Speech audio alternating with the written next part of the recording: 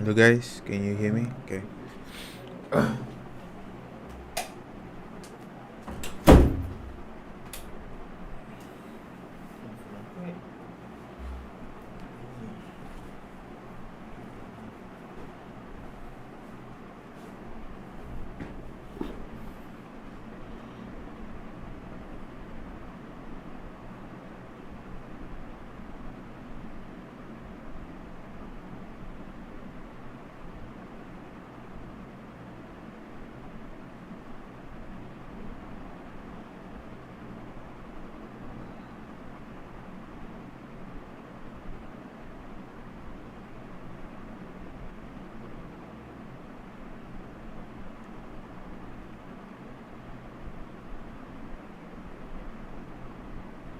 Udah live.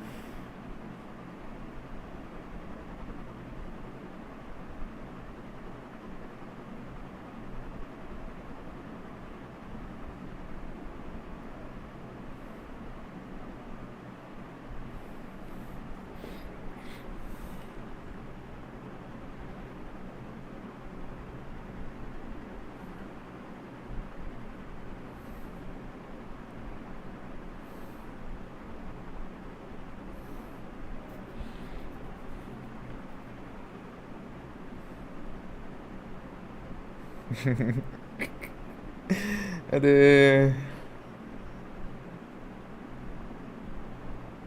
JKM lah.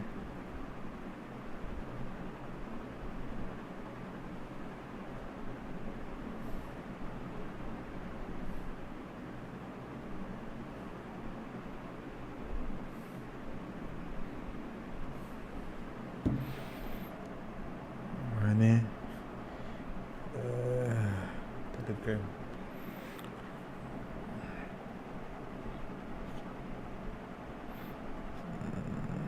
Ini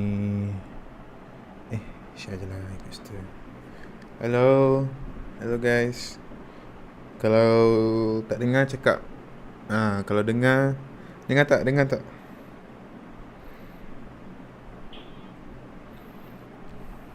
Sup? Hello Faris. Sup dude?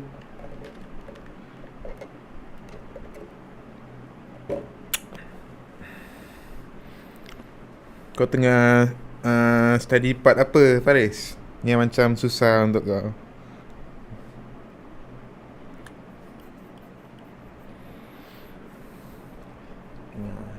Alright.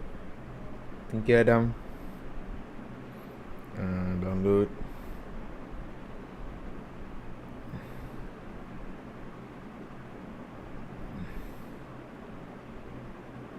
Aku rasa aku dah pernah share ke.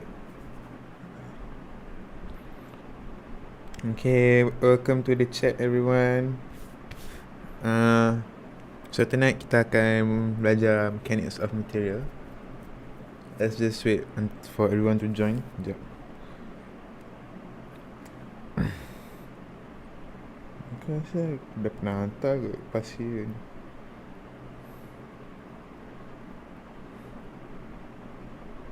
KG pasir. Ini. Cakap itu.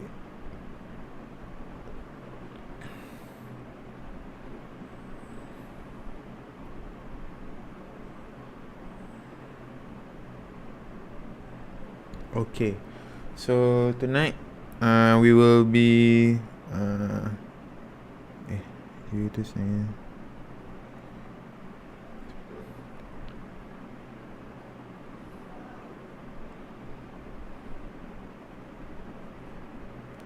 So tonight we'll be doing some revision and then we'll see some past years. So we're specifically gonna do past year 2020. So actually 2020 ni bagus sebab dia ada shear flow, dia ada apa nama dia, deflection, dia ada eccentric, apa nama dia, eccentric buckling dengan trusses. Okay, so okay, let's just start off. So okay, wait, let me see. So I already shared this PDF in the group. I hope you guys all got it. So we will talk about energy methods, specifically Castigliano's theorem. Okay. So yang atas-atas ni macam just recap lah. Just recap. Stress in beams, deflection of beams, and buckling of columns. So all of these topics is based on the spot topics yang ada dalam yang ada pernah mention dalam group. Let me see. Mana? Drive. Kita tengok road to final, YouTube, mechanics and material. Okay, this one. Okay, so here you can see that we want to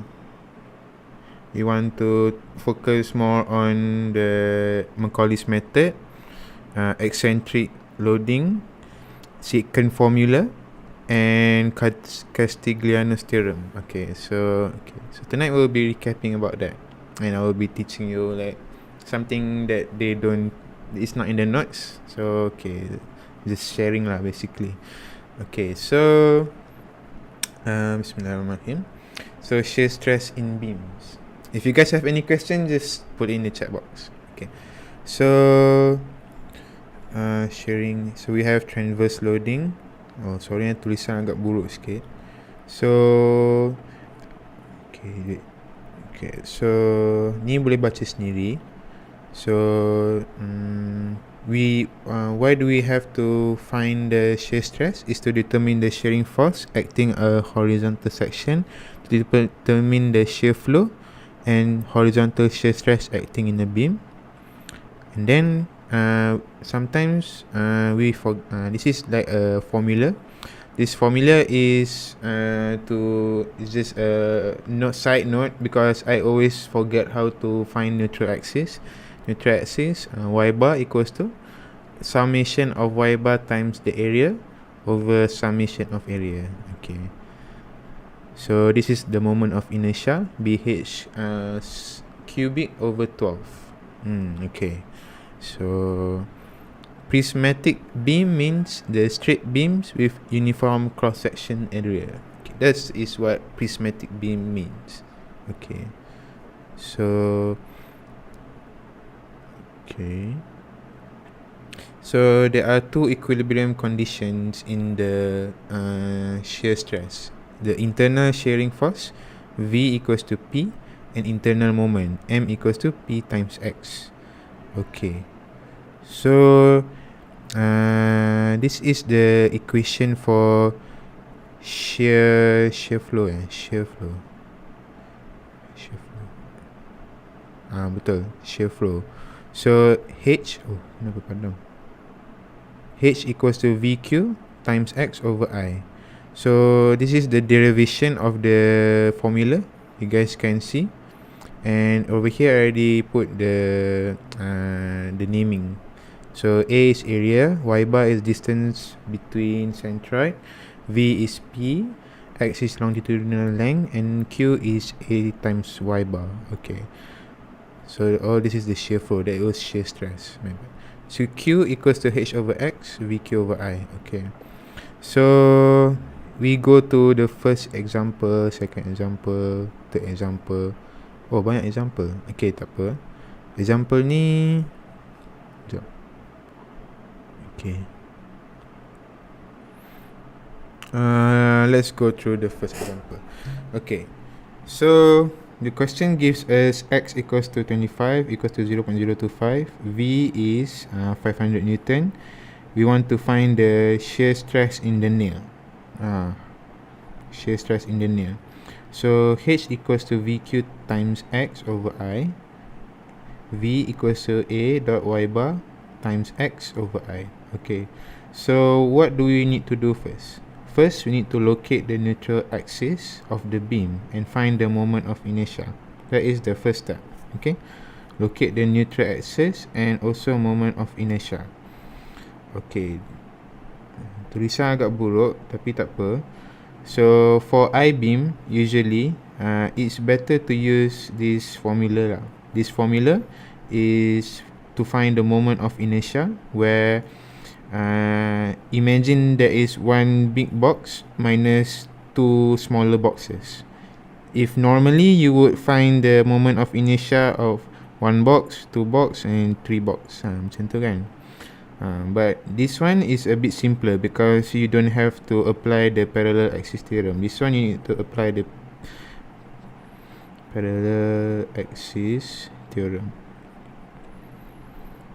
This one don't need because wait, no need, because the neutral axis is located on the both of the neutral axis is located on the neutral axis of the bigger box lah. Macam tu lah. The y bar is, the h is equal to 0. Yang ni h equals to something something kan. So no need parallel axis theorem. So by using this formula, kita boleh guna senang je. So this is the b, this is the d besar 0.15 cube, and then this is minus the two boxes yang kat tepi ni. Okay, so you will get 1.62 times 10 kuasa negatif 5 meter apa, kuasa 4. Usually I use meter kuasa 4 lah, not millimeter kuasa 4, because if you want to use millimeter kuasa 4, usually kan, kalau apa nama dia, if you have kilonewton darabkan dengan millimeter kuasa 4, you will get newton meter squared. Usually macam tu lah. So this one kan 10, it's a very lengthy complicated, apa nama dia,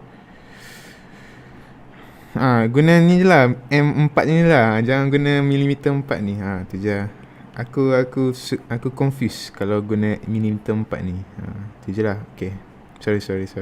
Okay, secondly kita kena identify the section to be cut. Identify section to be cut. So we need to find the y. We need to find the y and find the a. Y is the distance from the centroid to the neutral axis. A is the area of cut. So we want to cut over here. This is the area of the cut. Here. Okay. Okay, already put here. Okay. So A is 0.1 times 0.02. And then the y is 0.06 meter. Okay, so and then dah dapat moment of inertia atas ni.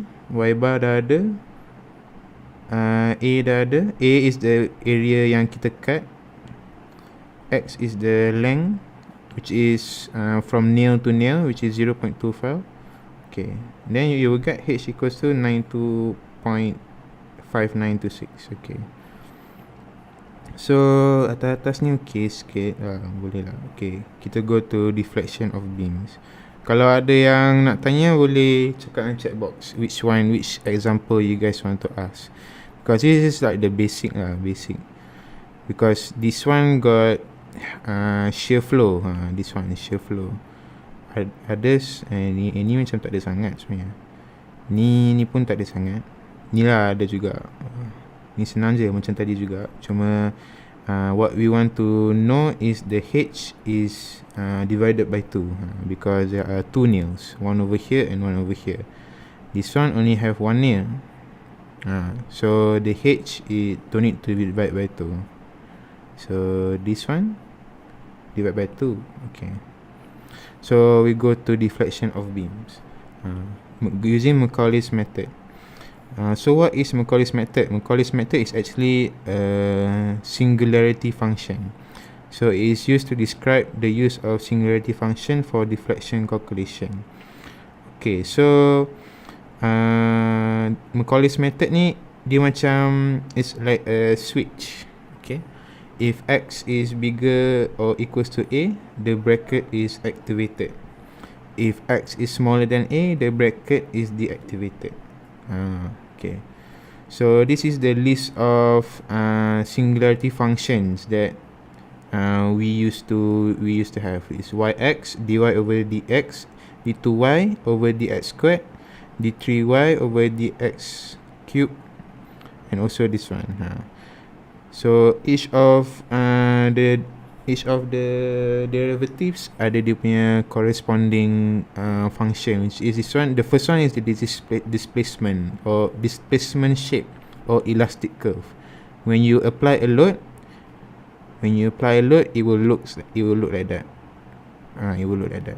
So theta is the slope, specifically how much it bends. Macam tu. So as you can see here, oh shit, it bends over here. That's theta. So over here, it equal to 0 because there's no angle.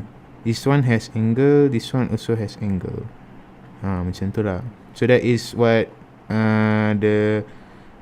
the slope means. That is what the slope means. And then this is the moment function d2y. So this other two is just for general knowledge. It's shear function and also the loading function. So this is the loading description. If you guys want to know lah, you guys can memorize this. So this one is like m equals to x minus a kuasa kosong, and then yang ni kuasa 1, ni kuasa 2. Macam tu je. Yang ni kuasa 3. So I already put here, so easy for you to memorize. Okay, so this is the first example. Okay, so there are some rules. First rule is to take the origin of the x-axis at the extreme left of the bin. Actually, you can choose which one you want to choose. What am I saying? You can choose whether you want to put it here or you want to put it here. It doesn't matter, but usually if you put the origin over here. Wait, you put the origin over here and then the x over here. Macam tu lah. Okay, so and then you guys also need to clarify which one you guys assume positive and which one you guys assume negative. So usually I use this technique in my dynamics paper. You guys can also do it too. Like, you guys define where is your positive by using this one. So you guys want, so it means that this is y positive, this is x positive, and this this is counterclockwise to be positive. So just draw that during the exam and then tak confuse dah lah. Wait, kita color dia jadi warna hijau. Okay, so over here m clockwise is positive, m counterclockwise is negative. Okay, so kita ubah sini sikit.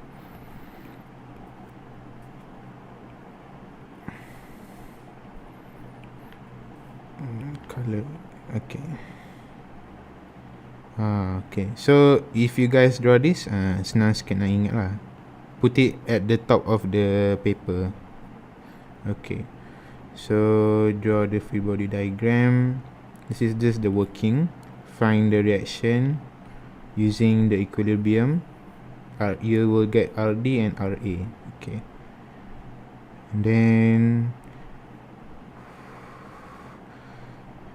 and then you need to find the equation of elastic curve from left hand side. But now you need to find the mx first. So this is the mx, this is the dy over dx, and this is the y. So okay, let's find this first. So mx equals to d2y over dx squared.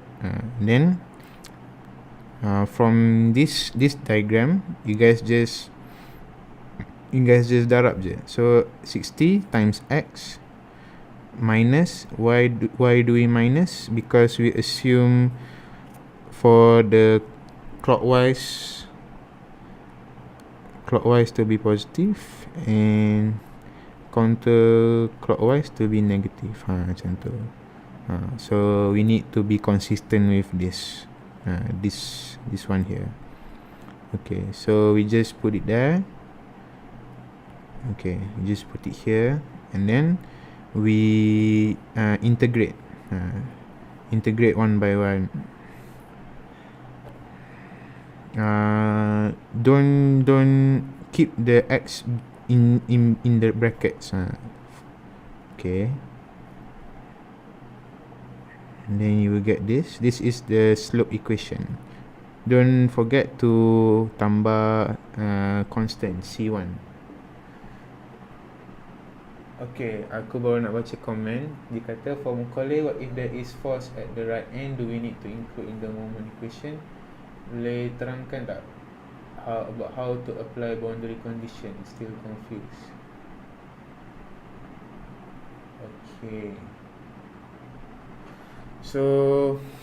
Okay. So let's say, okay, kita tambah satu paper. Okay.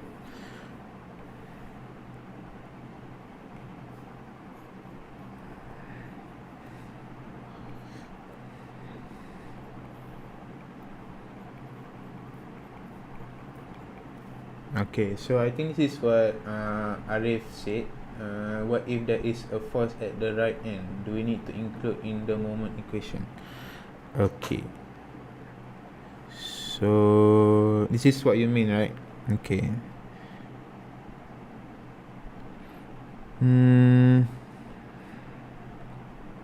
Macam mana?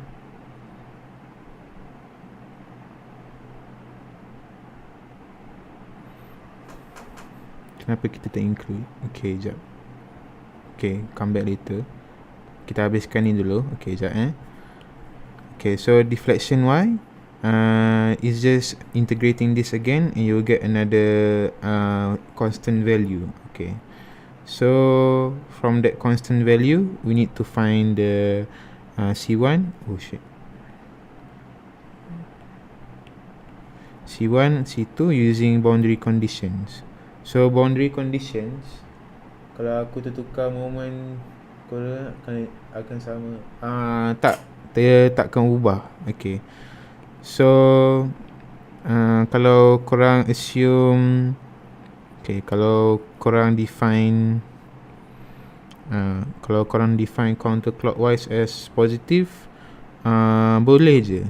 Sebab as long as bila korang apply calculation kan, macam ni, satu ni kena positif and satu ni kena negatif. Kena opposing. Dia macam ni. Okay, contohnya kita ada RA, P1 and P2. RA moment X equals to Rx. Contohnya ni 1, 1, 1 minus P1 X minus 1 minus P2 X minus 2. Boleh je korang buat minus Rx plus P1 X minus 1 plus P2 X minus 2. Korang still akan dapat moment ni berapa. Sebab in the end dia just tukar depan ni je. So sama ada positif, kalau positif dia counterclockwise. Kalau kau guna yang ni. Okay. So sama je. Kita conclude sama jawapan. Tapi kena konsisten lah. Konsisten dengan counterclockwise kau tu positif ke negatif. Macam tu lah. Untuk Castiglione kan, boleh reversekan moment formula, jump dari kiri ke kanan untuk pendekkan formula. untuk example tadi, kita include force kat hujung tu bila kanan reverse direction. Betul-betul Adam kata macam ni. Ni kan guna Macaulay's kan. Macaulay's theorem kan guna macam yang panjang-panjang tu. Tapi kalau guna Castiglianos, kalau Macaulay's, kau kena transform daripada ni jadi macam ni.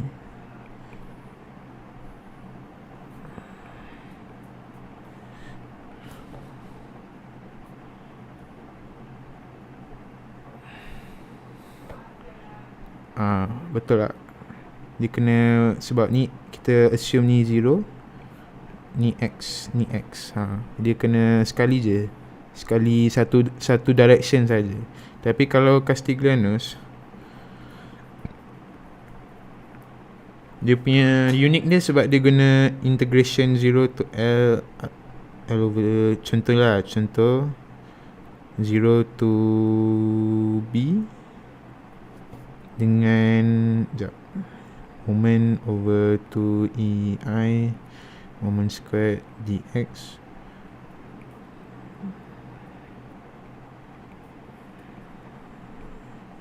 Kita boleh cakap ni, contohnya ni A ke B, ni C ke B. Kita cakap ni A, ni B, ni C. Kalau Macaulay's, kau kena lukis balik macam ni, UDL semua macam ni. Tapi kalau Castiglianos, kau boleh tulis, sekejap, aku habiskan equation dia. Kau boleh ambil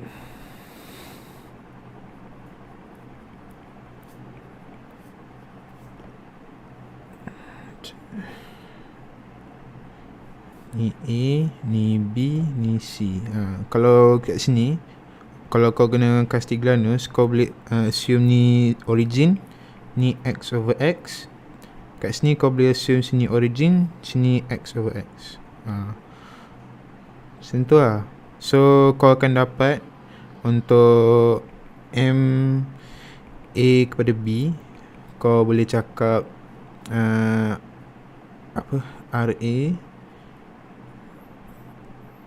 RA times X minus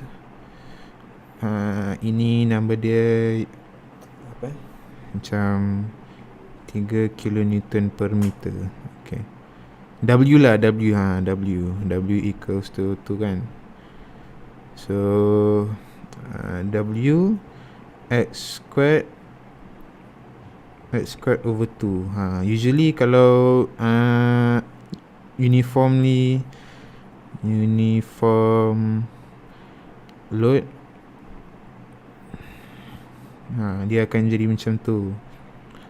Tapi kalau Castiglianos, kau boleh tulis untuk MBC, kau boleh tulis daripada sini pula. So dia akan jadi ni P, contohnya PX. PX. Tapi sebab dia, kita kata sini clockwise positif, so dia akan jadi sini clockwise positif. Jadikan sini positif juga kan. Sini positif. Betul. Jadi PX. Macam tu lah. Kalau Castiglianos, kau boleh assume sini origin, sini XX, and sini origin, sini XX. Macam tu. Kalau Macaulay's, kau kena expandkan benda tu. Sebab dia singularity function. Dia ada assume one direction.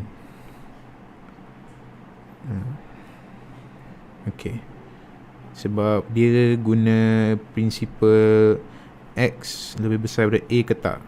So kalau kau nak cari deflection kat sini ke, nak cari deflection,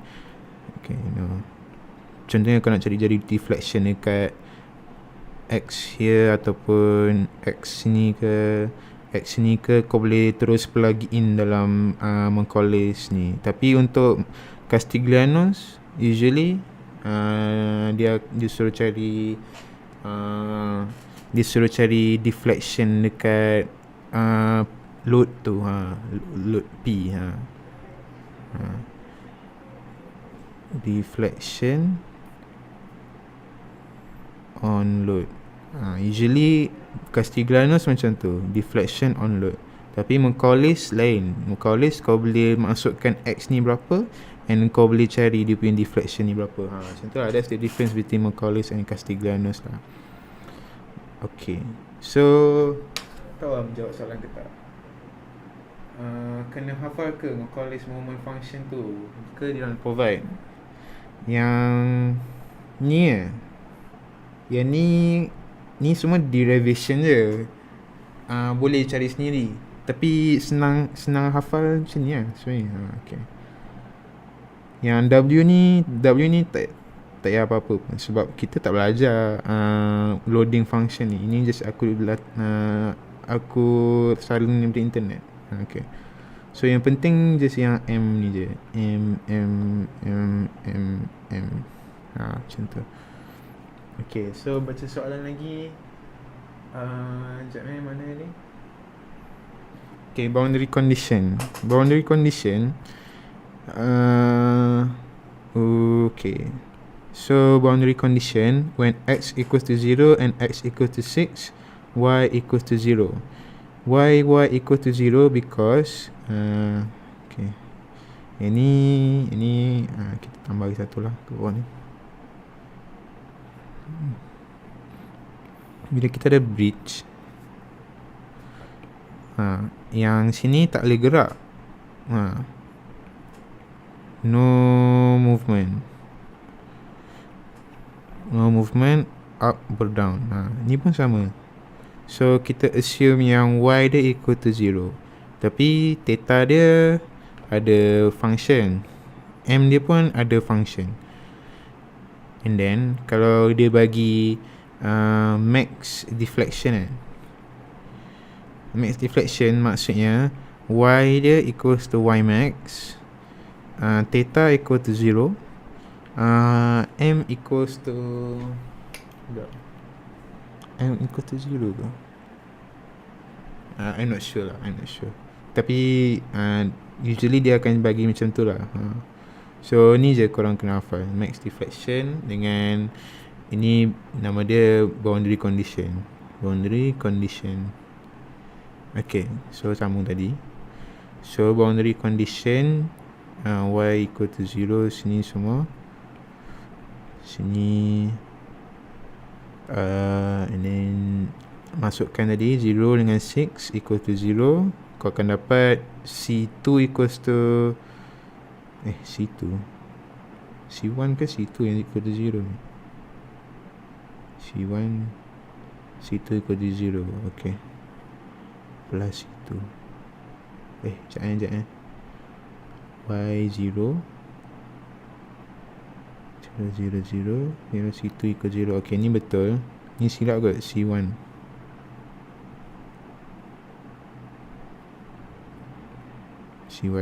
Okay, my bad. Okay. So dah dapat C1, baru boleh masukkan balik dekat sini. So basically yang ni untuk AB, yang ni untuk BC, yang ni untuk CD. AB, AC, AB, BC and CD. Dia punya final slope equation. Find y max. Y max equals to dy over dx equal to 0. Ini yang cakap tadi tu. Y max dy over dx is theta lah. Okay, ada lagi soalan tak? Sekejap. Okay. So, okay, kita teruskan dengan buckling. Okay, kalau ada soalan suruh ulang, cakap je. Okay, ini tadi beza Macaulay dengan beza Castiglianos. Okay, ni buckling. Okay, so buckling, long slender member subject to axial compressive force. Buckling is lateral deflection. critical load is the maximum axial load a column can support when it is on the verge of buckling. Okay. So ada beza lah buckling and crushing. Buckling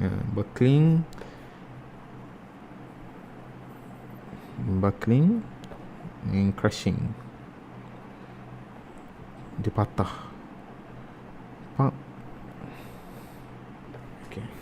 So ni kita ada beberapa assumption. Assumption ni korang kena fahamkan lah, tak payah hafal pun, fahamkan.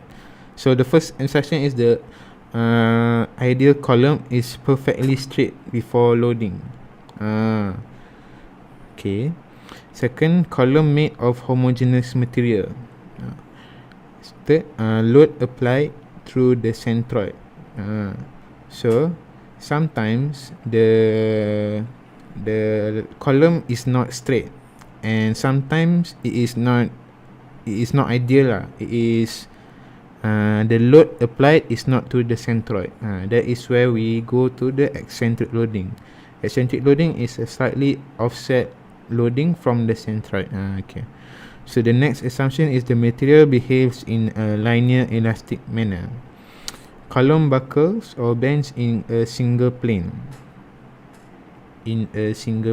Maksudnya dia tak, kalau kita guna petak tu, sama ada dia buckle ke sini ataupun buckle ke sini, dia takkan buckle ke situ. Tapi kalau bulat, tak kisahlah dia nak buckle mana, sebab all of the axes are equal. Macam ni, Ix equals to Iy. Tapi kalau kat sini, Ix is not equals to Iy. So it's gonna either buckle in this direction or in this direction. Cannot buckle in this direction. Okay, that is what our assumption is. So column will buckle about the principal axis of the weakest axis. The moment inertia yang paling sikit. Column loading represent a case of neutral equilibrium.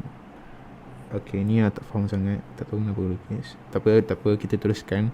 So this is for a pin support. PCR equals to pi squared EI over L squared. And then this is the average stress in column, elastic stress. So aku dah label dah sini.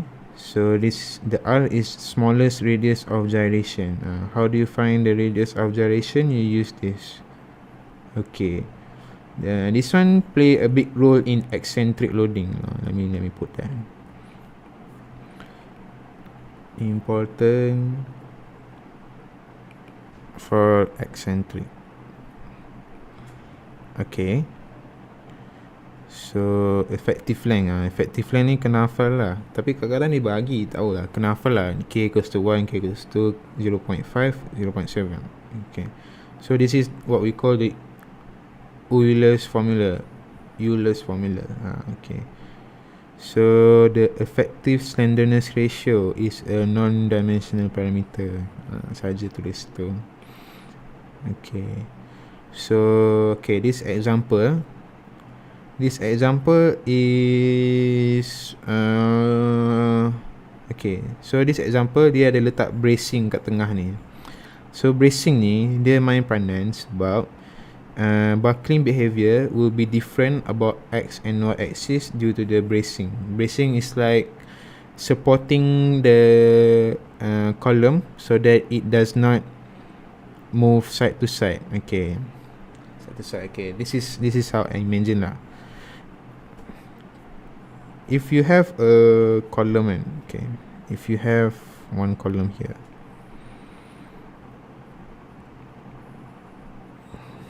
okay, if you have one column here, if you apply load here, it can either bend like this or it can either bend like this. But if you put a bracing, if we put a bracing through the column,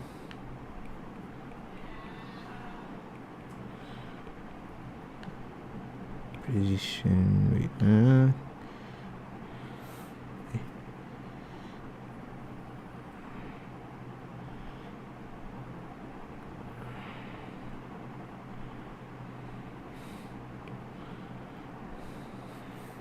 Okay, if we put like that, it will only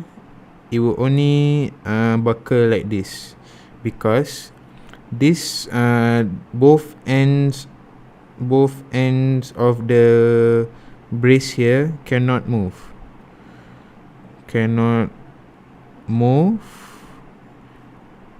So it only can buckle in this direction. They cannot buckle in this direction anymore, because this is already fixed. You cannot push from here. You cannot push from this side. You cannot push the beam from side to side. So from here you can push the beam from side to side. Macam tu lah. So that is why they come out with this. So how you want to, kalau ada soalan bracing nanti, kau tengok lah dia punya bracing dia macam mana. Kalau dia macam ni, so kau akan tahu dia akan buckle macam ni, and buckle macam ni. Kejap. Sebab dia tak boleh move side to side. Why am I using yellow? Sekejap. Use red. Dia tak boleh move side to side. Dia hanya boleh move side to side kat atas ni je. Yang kat tengah ni tak boleh.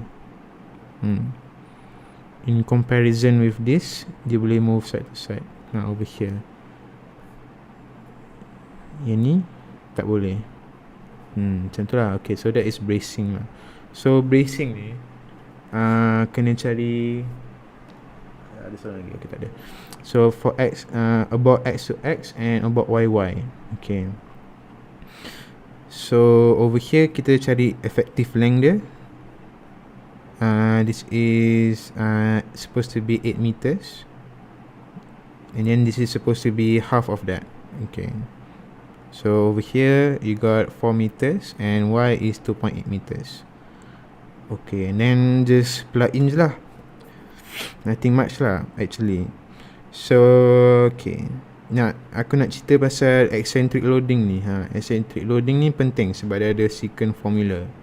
Okay, now we going for eccentric loading. Eccentric loading is a loading slightly offset from the centroid. So okay, so usually this is what an ideal loading looks like. Okay, this is the PCR. So kalau dia eccentric loading, dia akan dia akan buckle macam ni macam ni, maximum displacement. Okay, how do I explain? Okay, if you were to apply load on the centroid, it will just stay at the centroid and bend when it hits PCR. But when it is on an eccentric loading, it will buckle even if you put a bit of pressure. So dia akan slow bengkok. Dia not suddenly lah. Sekejap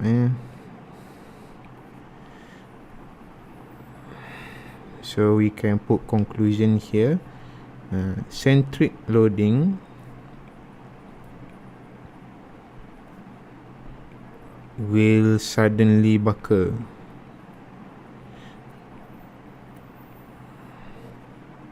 At PCR. Tapi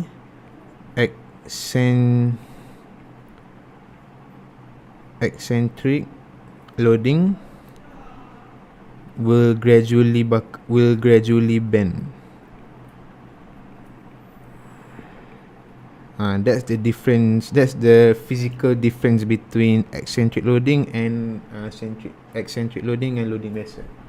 For secant formula, how to find value C if there's no dimension of steel given? Usually, okay, so good question lah. Usually dia akan bagi ni tau. Dia akan bagi code ni. So when dia bagi code ni, usually dia akan bagi sekali dengan area dengan moment of inertia. So if you search online, what does this code mean? It is the dimension of the I-beam. Okay, let's search. W200. Okay. Steel beam W200 X berapa dia? 59A36. 59A36.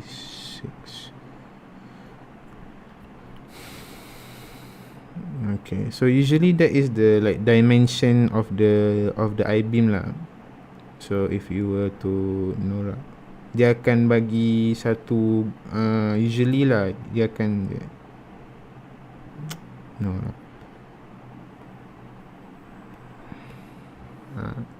Usually dia akan bagi macam dia akan this is like a dimension lah actually.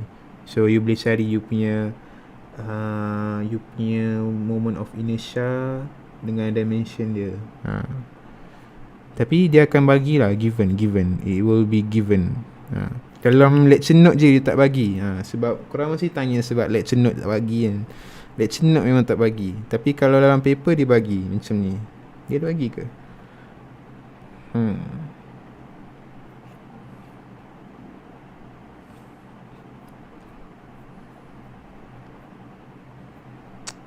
Lecture note pun tak past paper tak ada. Tapi adalah latihan aku buat ada. Dia akan bagilah. Jangan risau. So this is just a dimension. This is a dimension standard. Okay. So tu je. Okay. Mana ni? Eccentric loading. Eccentric loading. So secant formula. Okay, this is the secant formula. Ada banyak lah. Ada banyak secant. Secant formula ni dia akan bagi. Jangan risau kawan-kawan. Dia akan bagi. Pasir pun dia bagi. Atas ni dia bagi. Okay. Tapi kadang-kadang dia tanya soalan pelik kat. Tapi dia ada banyak bentuk lah. KL, EAP ada. Dia ada mana lagi? L over 2R, pi over 2, KL over 2. Yang bezanya dalam tu lah. So actually the same lah. Dia nak bagi kau berapa je and kau nak guna mana. So kat sini aku dah tulis. Okay. Euler formula bagi tak? Euler formula tak. Dia tak bagi. Yang ni usually dia tak bagi. Yang ni korang nak hafal senang je.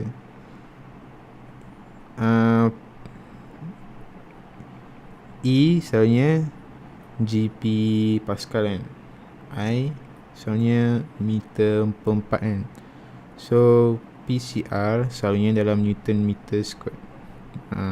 Betul tak? Betul. So E darab I. Ini je yang dimensional. This is the only belajar fluid kan. Dimensional analysis kan.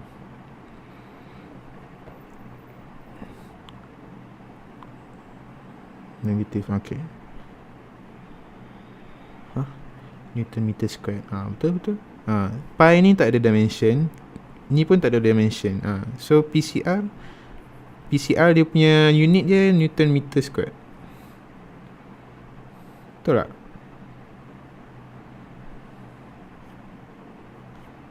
Sekejap, kita buktikan. Mana PCR? Sekejap.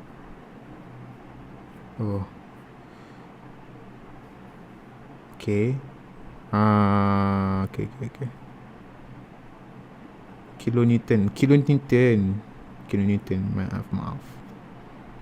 Kilonewton. Sekejap, kilonewton. Kilonewton.